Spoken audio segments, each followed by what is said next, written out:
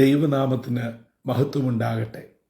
അനുഗ്രഹിക്കപ്പെട്ട പുത്തൻ പ്രഭാതത്തിനായി സർവശക്തനായ ദൈവത്തിന് സ്തുതി സ്തോത്രങ്ങൾ അർപ്പിച്ചുകൊണ്ട് ഇന്നത്തെ വാഗ്ദത്ത വചനത്തിനായി ഒരുങ്ങാം. ഇന്ന് 2025 ഫെബ്രുവരി 18 ചൊവ്വാഴ്ച.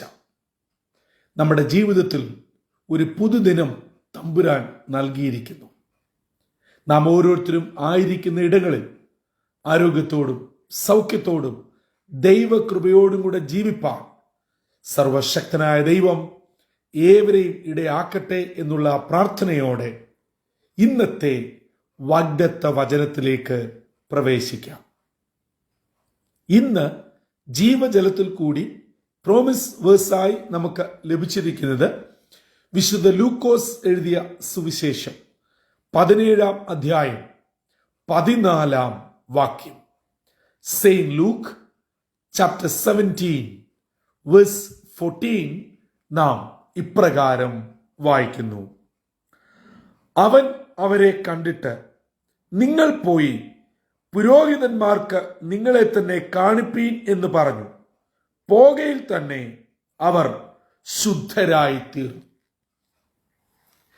യേശു തൻ്റെ പരസ്യ ശുശ്രൂഷ വേളയിൽ ശമര്യയ്ക്കും ഗലീലയ്ക്കും ഇടയിൽ കൂടെ യാത്ര ചെയ്യുമ്പോൾ അവിടെയുള്ള ഒരു ചെറിയ ഗ്രാമത്തിൽ എത്തുകയും യേശുവിനെ 10 പേരടങ്ങുന്ന ഒരു കൊച്ചു കൂട്ടം, ആ കൂട്ടത്തിന്റെ പ്രത്യേകത അവർ 10 പേരും കുഷ്ഠരോഗികളാണ്. അന്ന് യഹൂദ പാരമ്പര്യവും പശ്ചാത്തലവും ന്യായപ്രമാണവും അനുസരിച്ച് അവർ പാലിക്കേണ്ട അകലം പാലിച്ച്, അല്ലെങ്കിൽ അവർക്ക് നൽകപ്പെട്ടിരിക്കുന്ന നിയമം അവർ ഉൾക്കൊണ്ടുകൊണ്ട് അകലെ നിന്ന് യേശുവിനോട് വിളിച്ചു പറഞ്ഞു, യേശുവേ, ഞങ്ങളോട് കരുണയുണ്ടാകണം. അപ്പോൾ യേശുവിൽ കൂടെ നടക്കുന്ന സൗഖ്യം, വിടുതൽ, രോഗികൾക്ക്, ദുഃഖിതർക്ക്, പ്രയാസം അനുഭവിക്കുന്നവർക്കൊക്കെ ഉണ്ടാകുന്ന വലിയ വിടുതലുകളും സൗഖ്യങ്ങളും ഒക്കെ ഈ കുഷ്ഠരോഗികളും കേട്ടറിഞ്ഞിരുന്നു. അങ്ങനെ ഇവർ യേശു എതിർപ്പെട്ടപ്പോൾ ആ സമയം നന്നായി ഉപയോഗിച്ചു. അങ്ങനെ യേശുവിനോട് ഇവർ നിലവിളിക്കുന്നത് കേട്ടിട്ട് യേശു ചെയ്ത പ്രവൃത്തി അഥവാ ഈ കുഷ്ഠരോഗികളോട് യേശു പറഞ്ഞ കാര്യമാണ് നാം ഇന്ന് വാഗ്ദത്ത വചനമായി 14-ാം വാക്യത്തിൽ വായിച്ച് കേട്ടെ. യേശുവിനോട് ഇവരിങ്ങനെ ഞങ്ങളോട് കരുണ തോന്നണമേ, സൗഖ്യമാക്കണമേ എന്ന് നിലവിളിച്ച് പറഞ്ഞപ്പോൾ യേശു അവരോട് പറഞ്ഞത്, നിങ്ങൾ പോയി പുരോഹിതന്മാർക്ക് നിങ്ങളെ തന്നെ കാണിക്കുക. ശരിക്കും പറഞ്ഞാൽ അതിന്റെ അർത്ഥം എന്താണ്? അതിന്റെ അർത്ഥം ഈ 10 കുഷ്ഠരോഗികൾക്കും മനസ്സിലായി. ഉത്തരം വളരെ ലളിതമാണ്. കുഷ്ഠരോഗം ഏത് നിലയിൽ സൗഖ്യം പ്രാപിച്ചാലും അത് ഒരു വൈദ്യരിൽ നിന്നുള്ള സൗഖ്യമാവട്ടെ, ഏതെങ്കിലും ചികിത്സാ രീതിയിൽ കൂടെയുള്ള സൗഖ്യമാകട്ടെ, ഒരു പ്രത്യേക കാലയളവ് വരെ ഏതെങ്കിലും വിധത്തിൽ ശാപഗ്രസ്തമായി കുഷ്ഠം വന്നിട്ട് വിടുതൽ പ്രാപിച്ചതാവട്ടെ, വേദപുസ്തകത്തിൽ അതിന് ഒത്തിരി തെളിവുകളുണ്ട്. മിരിയാം ഉൾപ്പെടെ, ഗേഹസി ഉൾപ്പെടെ ഒക്കെ തെളിവുകളുണ്ട്. അങ്ങനെയാവട്ടെ, അത് മാത്രമല്ല, യേശുവിൽ കൂടിയാണെങ്കിൽ പോലും കുഷ്ഠരോഗത്തിൽ നിന്ന് വിടുതൽ കിട്ടി എന്ന് സമൂഹം അംഗീകരിക്കണമെങ്കിൽ, സമൂഹത്തിൽ ഇവരെ ഉൾക്കൊള്ളണമെങ്കിൽ പുരോഹിതന്മാർ അത് പ്രഖ്യാപിക്കണം. ന്യായപ്രമാണം അനുസരിച്ചിട്ടുള്ള കാര്യങ്ങൾ ചെയ്ത് അത് പാലിച്ച് ഇവരുടെ കുഷ്ഠരോഗം മാറിയിരിക്കുന്നു. ഇനിയും ഇവർക്ക് പാളയത്തിൽ പ്രവേശിക്കാം, എല്ലാ കാര്യങ്ങളിലും സാധാരണക്കാരെ പോലെ പങ്കുചേരാം എന്ന് പുരോഹിതർ പ്രഖ്യാപിക്കണം. അപ്പോൾ നിങ്ങൾ പോയി പുരോഹിതന് നിങ്ങളെ തന്നെ കാണിക്ക എന്ന് യേശു ഈ 10 കുഷ്ഠരോഗികളോട് പറഞ്ഞപ്പോൾ അവർ പിന്നൊന്നും ചോദിക്കാതെ തിരിഞ്ഞു നിൽക്കാതെ നേരെ പുരോഹിതന്റെ അടുക്കലേക്ക് പോയി. പ്രിയമുള്ളവരെ, ഈ 10 പേരും യേശു പറഞ്ഞത് അതുപോലെ വിശ്വസിച്ച് ഏറ്റെടുത്തു. അതുകൊണ്ട് അവർ പോകയിൽ ശുദ്ധരായി തീർന്നു. പുരോഹിതന്റെ അടുക്കൽ എന്തിനാ പോകേണ്ടത്? ഞങ്ങളുടെ കുഷ്ഠം മാറിയെന്ന് പുരോഹിതൻ ഡിക്ലെയർ ചെയ്യണം. ഇവർ യേശുവിനോട് എന്താ പ്രാർത്ഥിച്ചത്? ഞങ്ങളോട് മനസ്സലിയണം, ഞങ്ങളുടെ കുഷ്ഠരോഗം മാറണം. എന്നാൽ യേശു ഇവരോട് മറ്റു പല സന്ദർഭങ്ങളിലും ചെയ്തതുപോലെയോ പറഞ്ഞതുപോലെയോ ഒന്നും പ്രവർത്തിച്ചില്ല. അതെ, കുരുടർക്ക് ഊമർക്ക് ഒക്കെ സൗഖ്യം കൊടുത്തപ്പോഴും പല രോഗികളെ സൗഖ്യമായപ്പോഴും ചില പ്രവൃത്തികൾ യേശു ചെയ്തു. എന്നാൽ ഇവിടെ ഒരു പ്രവൃത്തിയും ചെയ്തില്ല. നിന്റെ പാപങ്ങൾ മോചിച്ചു തന്നിരിക്കുന്നു, കിടക്കെടുത്ത് നടക്ക എന്ന് പറഞ്ഞ പോലെ നിന്റെ രോഗം മാറിയിരിക്കുന്നു, കുഷ്ഠം മാറിയിരിക്കുന്നു, ശുദ്ധമാക എന്നൊന്നും യേശു പറഞ്ഞില്ല. യേശു ഒറ്റ കാര്യമേ പറഞ്ഞുള്ളൂ: നിങ്ങൾ പോയി പുരോഹിതന് നിങ്ങളെ തന്നെ കാണിക്കുക. അവരുടെ ഉള്ളിൽ അചഞ്ചലമായ വിശ്വാസം. അതിന്റെ അർത്ഥം, ഞങ്ങൾ പുരോഹിതനെ കാണുന്ന സമയത്ത് ഞങ്ങൾ വിടുതൽ പ്രാപിച്ചിരിക്കും, ഞങ്ങൾ സൗഖ്യം നേടിയിരിക്കും.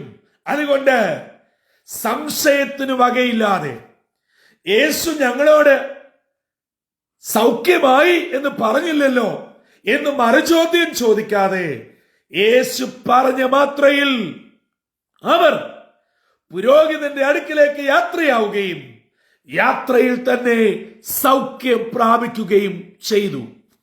പ്രിയ ദൈവജനമേ, നാളുകൾ എത്രയായി ഞാനും നിങ്ങളും ക്രൈസ്തവ പാരമ്പര്യം ഏറ്റുപറയുന്നു.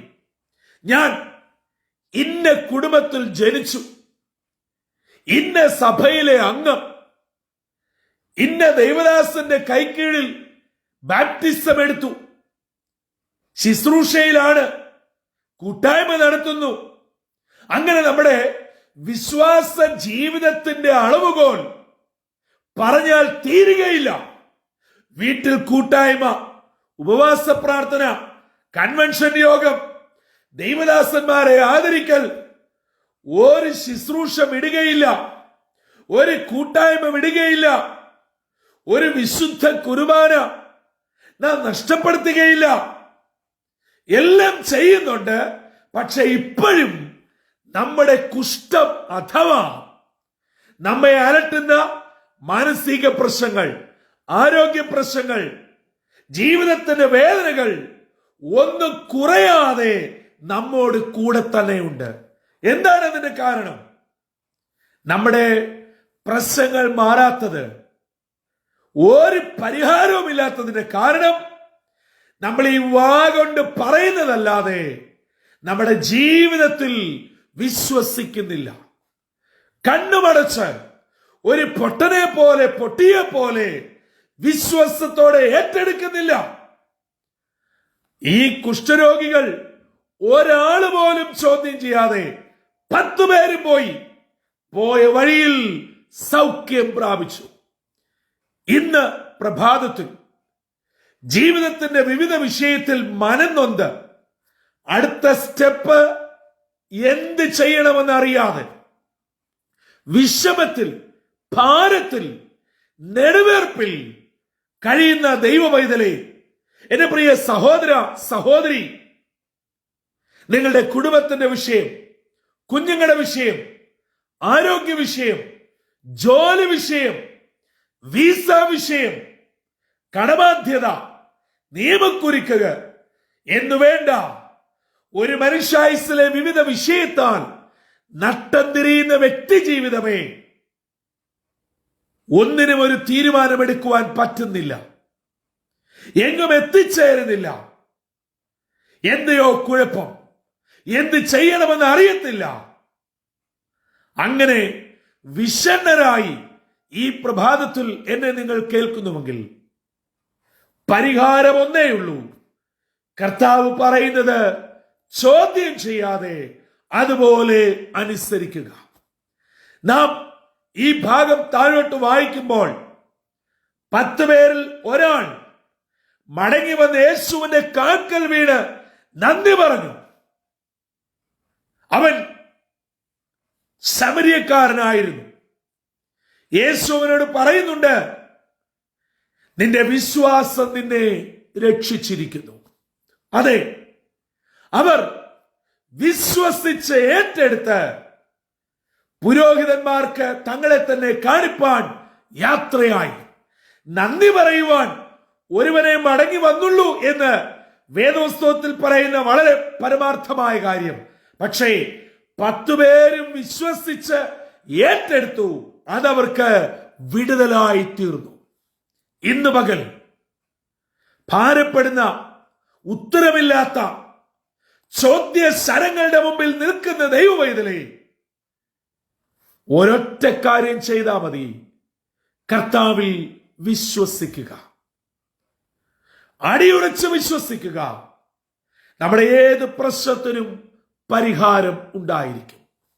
ഈ കുഷ്ഠരോഗികൾ നമുക്കൊരു വലിയ മാതൃകയാണ്.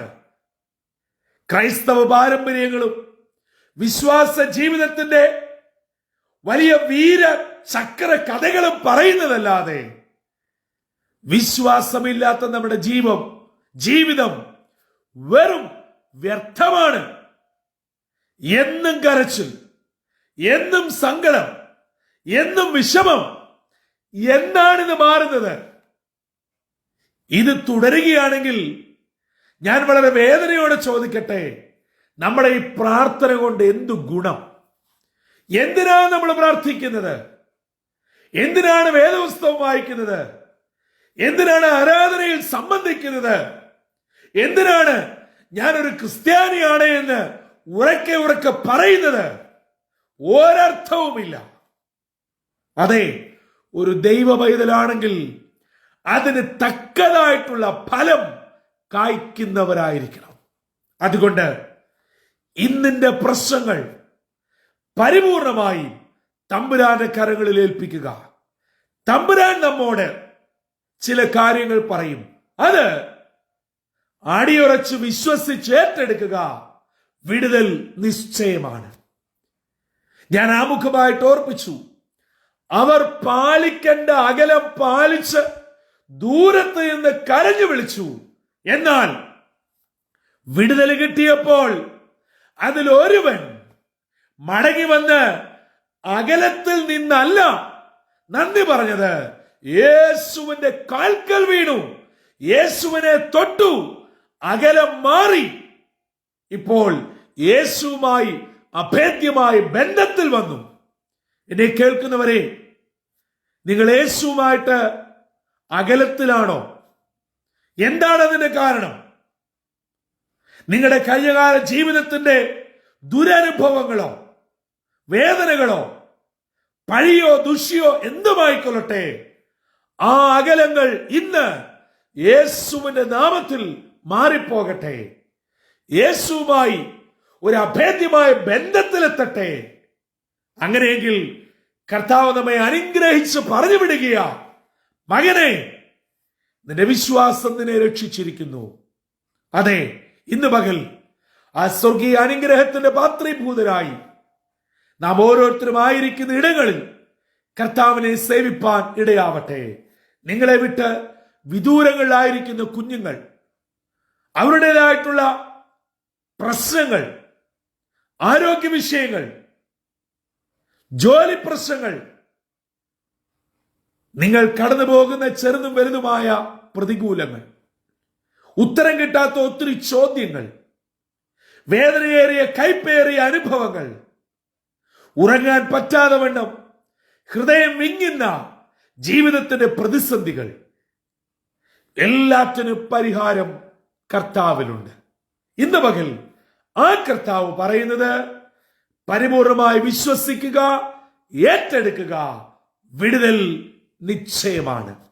അങ്ങനെ ജീവജലത്തിന്റെ പ്രേക്ഷകരായ നിങ്ങളേവരും കർത്താവിനാൽ വിടുതൽ പ്രാപിച്ച് അനുഗ്രഹിക്കപ്പെട്ട ജീവിതത്തിന്റെ ഉടമകളായി കർത്താവിനെ ഉയർത്തുവാൻ, സാക്ഷിപ്പാൻ സർവശക്തനായ ദൈവം ഇടയാക്കട്ടെ.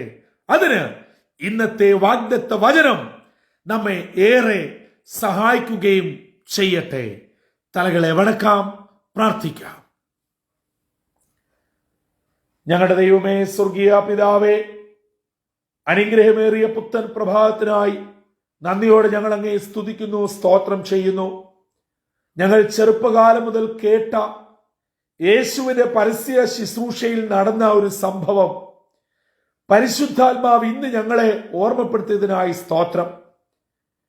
ഞങ്ങൾ കർത്താവിനെ സ്തുതിക്കുന്നുവെങ്കിലും വചനമെടുക്കുന്നുവെങ്കിലും വിടുതലില്ലാത്തവരായി, സൗഖ്യമില്ലാത്തവരായി, സമാധാനമില്ലാത്തവരായി തുടരുന്നവരാണ്. അതിന്റെ കാരണം എന്താണ് എന്ന് കണ്ടെത്തുവാൻ ഇത് ഞങ്ങളെ ഇടയാക്കിയല്ലോ. കർത്താവ് പറയുന്നതിനെ അതുപോലെ അനുസരിക്കാത്തത് കൊണ്ടും വിശ്വസിക്കാത്തത് കൊണ്ടും അതുപോലെ ചെയ്യാത്തത് കൊണ്ടും ഞങ്ങളുടെ പ്രശ്നങ്ങൾ ഞങ്ങളിൽ തന്നെ നിലനിൽക്കുന്നു എന്നുള്ള സത്യം ഇന്ന് ഞങ്ങൾ തിരിച്ചറിഞ്ഞിരിക്കുന്നപ്പാ. ആ കുറവ് ഞങ്ങൾ പരിപൂർണമായി ഏറ്റുപറയുന്നു. അവിശ്വസിക്കാതെ വിശ്വസിപ്പാൻ, ചോദ്യം ചെയ്യാതെ അനുസരിപ്പാൻ അവിടുന്ന് ഞങ്ങളെ സഹായിക്കണമേ. ഞങ്ങളുടെ അകലങ്ങൾ മാറി കർത്താവിന്റെ കാൽക്കൽ വീണ് നന്ദി പറയുന്നവരായി തീരുവാൻ ഞങ്ങളെ ഒരുക്കണമേ. ഇന്ന് ദൈവവചനം കേട്ട് തങ്ങളെ തന്നെ സമർപ്പിച്ച എല്ലാ നിന്റെ മക്കളെയും അനുഗ്രഹിക്കണം. സ്വർഗീയ കൃപകളാൽ നിറച്ച് അങ്ങേക്ക് വേണ്ടി വേല ചെയ്യുവാൻ ഞങ്ങളെ പ്രാപ്തരാക്കണമെന്ന് യേശു മശിഹാ മൂലം അപേക്ഷിക്കുന്നു. കൃപയോടെ കേൾക്കുമാറാകണമേ. ആമീൻ, ആമീൻ, ആമീൻ.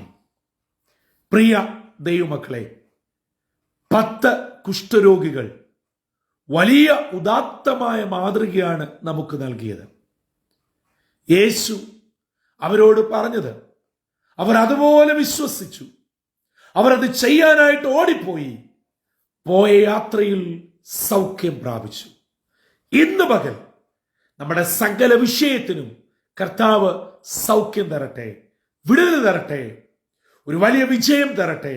അതിന് കർത്താവുമായിട്ടുള്ള അകലം പരിപൂർണമായി കുറച്ച് പറയുന്നതനുസരിച്ച് കർത്താവിനെ സേവിപ്പാൻ, കർത്താവിനെ ശുശ്രൂഷിപ്പാൻ, കർത്താവിന്റെ വേലയിൽ മുൻപിട്ട് വരുവാൻ സ്വർഗത്തിലെ ദൈവം നമ്മെ ഓരോരുത്തരെയും ഇടയാക്കട്ടെ.